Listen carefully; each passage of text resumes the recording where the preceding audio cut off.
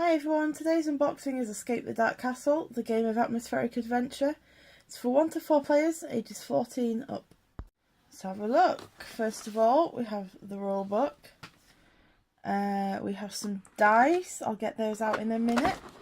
There's some cards that I've already opened, so they did come sealed. It was me that opened them. This is I believe is the starting card. It says turn over to begin. Obviously there's a nice castle there with a big moon behind it. There's some chapter cards which are like the story cards. You go through these, so I think you set up 15 each game and you both return one at a time and you have to beat each challenge as you go along.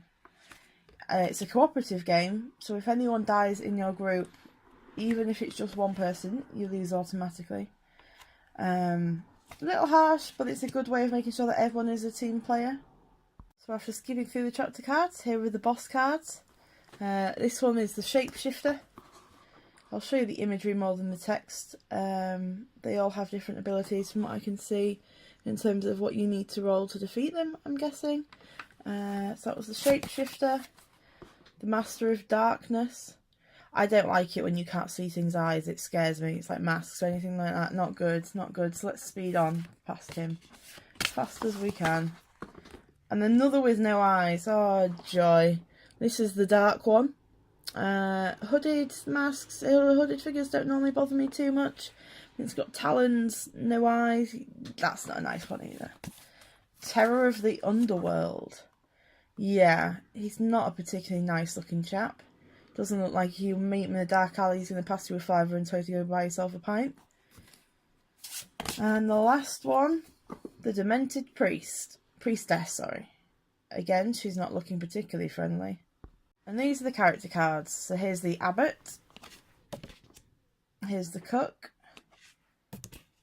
Here's the Miller.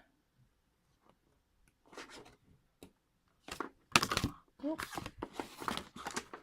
There's the Smith. I like kind of like the peasant look on these. Looks quite old. Taylor. And Tanner. So these people look a lot more friendly. They don't look particularly cheerful, but I don't blame them if they're locked in with those others. Okay, so I thought I'd show you some of the back of the cards as well, because they have a little bit on them. So a boss card has this on it, which says, do not read until you have completed the last chapter card. This is it. You have reached the final challenge. One last obstacle stands between you and freedom. Turn over now. That would then to a random boss, the priestess, but it could be any of the others that we saw.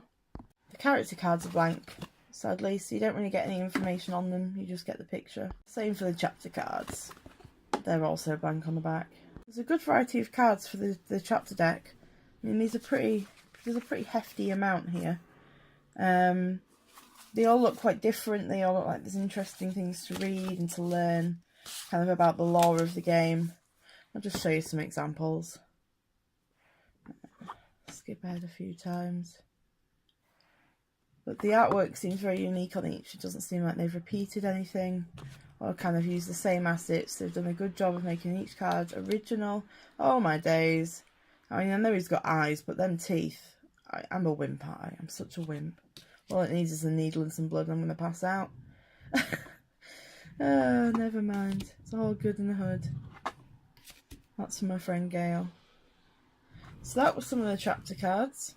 This is the very first card and it says turn over to begin. When you turn it over, you get an image of what looks like a chest and a torch, and it says, after years of incarceration in the depths of the dark castle, you finally break free of your cell. In a small stone room adjoining the cell block stands an old wooden chest. The lock is open. Draw an item per player now. You hear footsteps approaching. You must not linger here. You make for the exit, slipping away and disappearing into the darkness. Turn the first chapter card now. So this is the opening card, just to give you a bit of filler story. Obviously now you've been locked up, it said incorrectly, and you have to escape the dark castle. So you have each chapter card, you have 15 laid out and you have to beat each one to get out. If you're playing with 4 players, if one of them dies, the game's over, you lose. You all have to win and escape to live. You all have to escape and live to win. It also comes with a nifty little notebook, which is quite cute. And not only do you get the notebook, you get 4 pencils. Nice thinking there. Okay, so I've just opened up the item cards. We've got a partially rotten apple. Food, tasty. Discard to restore 1 hit point to your character. Am I going to have to be that desperate that a partially rotten apple looks good? There's a stale loaf of bread, which is again food. Discard to restore 2 hit points to your character. Okay, well that's a little better. That's a little better. Oh, infested cheese wheel. Lovely. Discard to restore 1 hit point. I mean, it's biggie. You'd think it'd heal more, but the infested part, maybe that's why it's less. Rotten shield. Whenever you take damage, reduce the amount by 1, down to a minimum of 1. Let's see, we've got a couple of them. A brew of might, which is a potion. Discard to apply a single might at any time, which I'm guessing is a fist on the dice, but we'll get to that later. A cunning concoction, which again is a potion. Discard to apply a single cunning at any time. That'll be another symbol. Distilled wisdom. Discard to apply a single wisdom at any time. We've got another bit, effervescent evasion, which allows you to evade 1 damage. Got a couple of these. Elixir of insight. Discard before any round of combat to change one of the chapter dice to show a trait of your choice. That should be helpful. Liquid luck. Discard to reroll your character dice, applying only the second result. So I'm guessing if you've had one roll not gone very well, you can use this, roll again, and you have to take that second result. I don't think you'd be able to use another liquid luck. I may be wrong, but that's just normally how it goes. Rengorn's Rune, which is a relic. Whenever you roll a double, you may change it to a single. Not quite sure why you'd want that unless you're rolling for something bad. The Fury Shard is also a relic. When you roll a double in combat, you may roll a second time, applying both results. Sounds like it could be pretty nifty. The Healing Verses. Whenever you roll a double, you may restore hit points to any character. The Replication Stones. Whenever you roll a single, it counts as 2 single of that trait. A Cracked Axe. Weapon.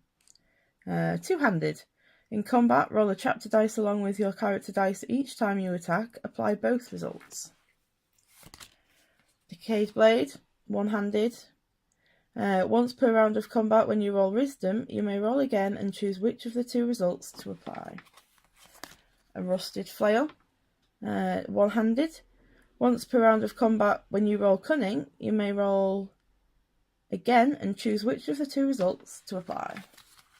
And our last one, a Warped Cudgel, which is another 1-handed weapon. Once per round of combat, when you roll Might, you may roll again and choose which of the 2 results to apply.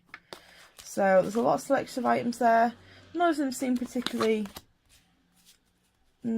sturdy or positive, but the items themselves in terms of what they do seem good. There's a good variety. I like the fact that there's different types of items as well. It's not just, they're all the same. There's also this one, which is mentioned separately in the rulebook, and this is the Golden Axe. It's a relic, it's a weapon, and it's 2-handed. In combat, roll the Golden Axe dice alongside your character dice. If you get an axe, remove any 1 chapter dice.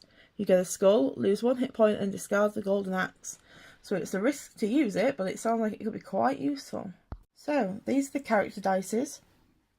Each character that you have has its own dice, so there's 6. They all appear to have the same symbols, but just in a different order. So, for example, the fist is where the smith is, but the abbot is on the little symbol there.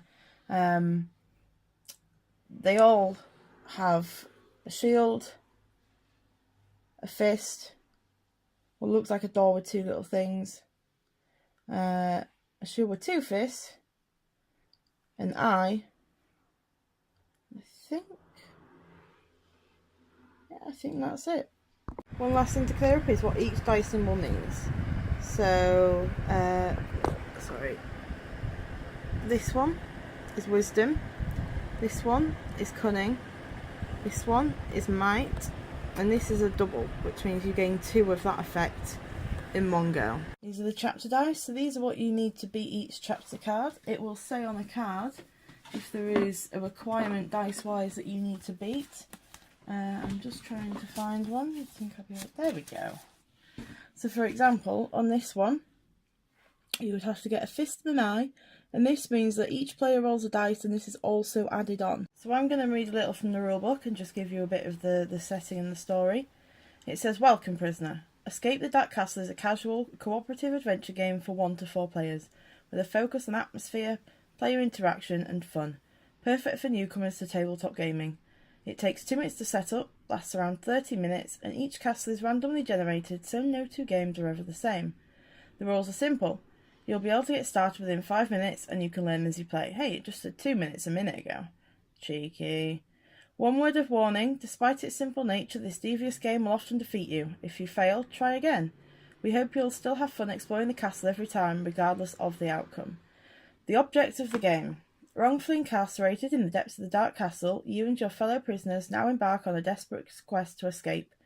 However, the castle is a treacherous place filled with horrors, traps, and challenges, each of which is represented in the game by a large, beautifully illustrated chapter card.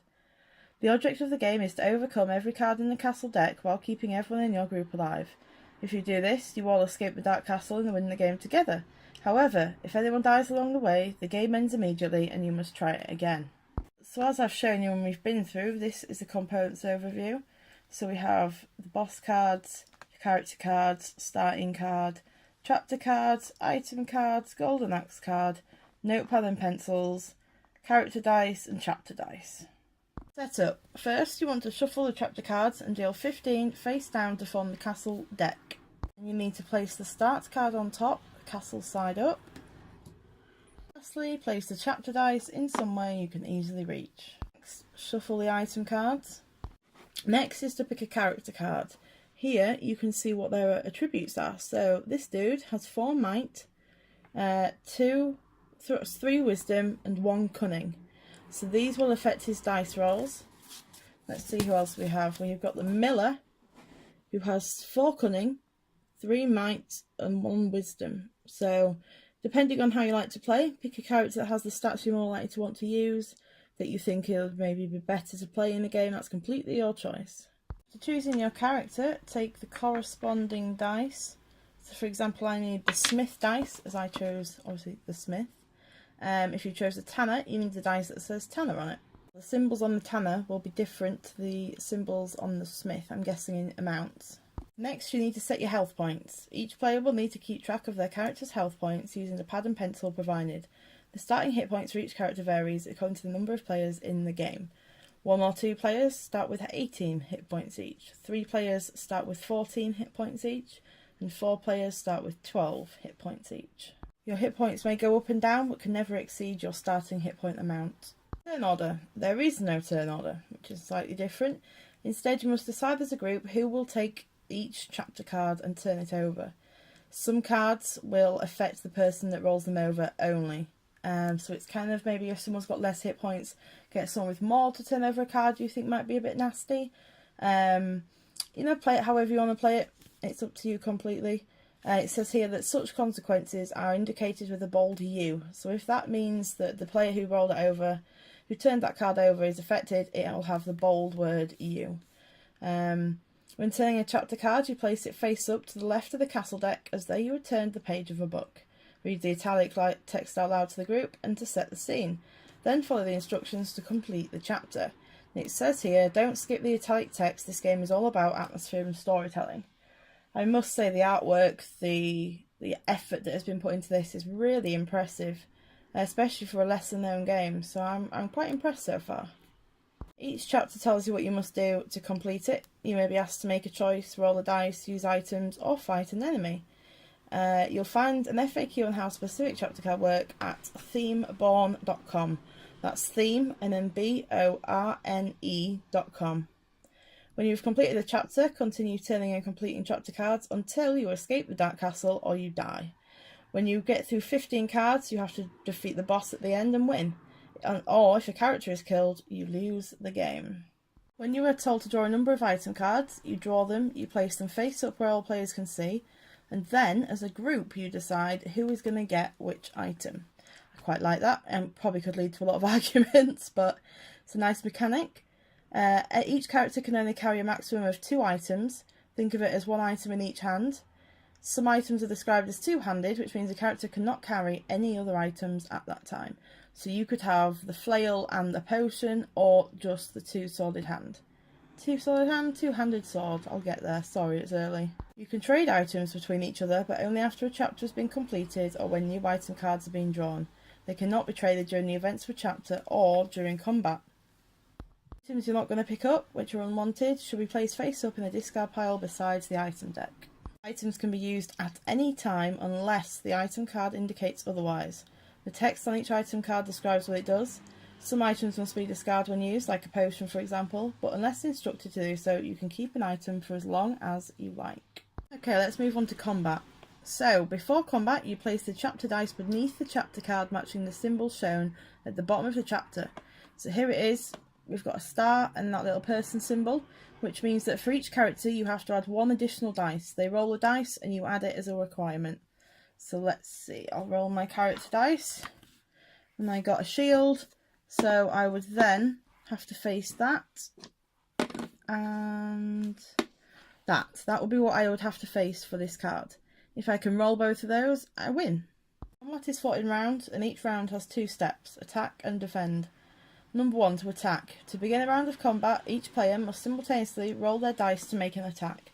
Then, in any order the players choose, resolve these attacks one at a time as follows.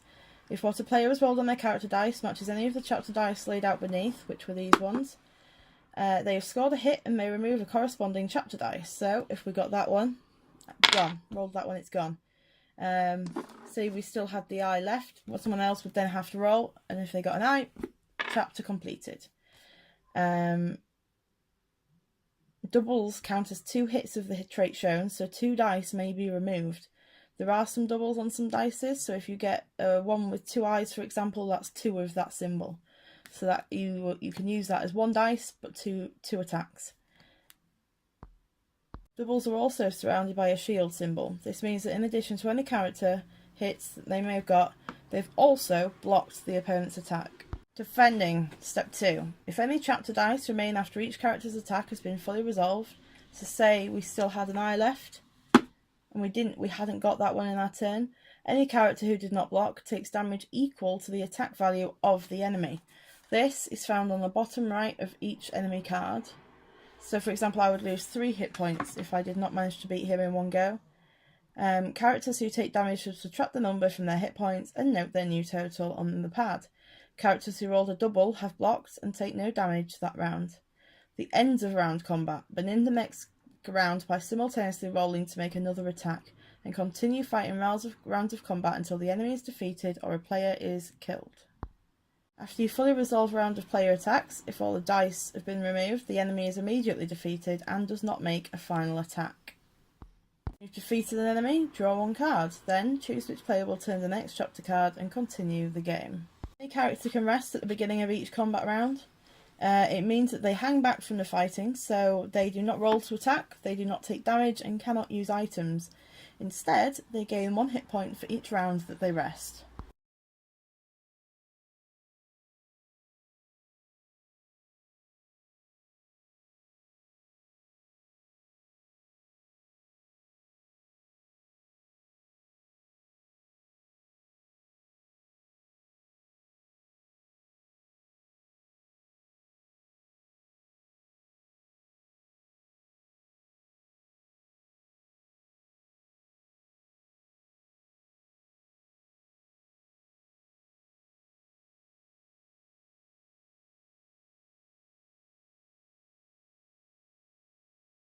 That player that's resting can rejoin combat at the beginning of any round that they wish, or can rest for the entire combat also if they wish.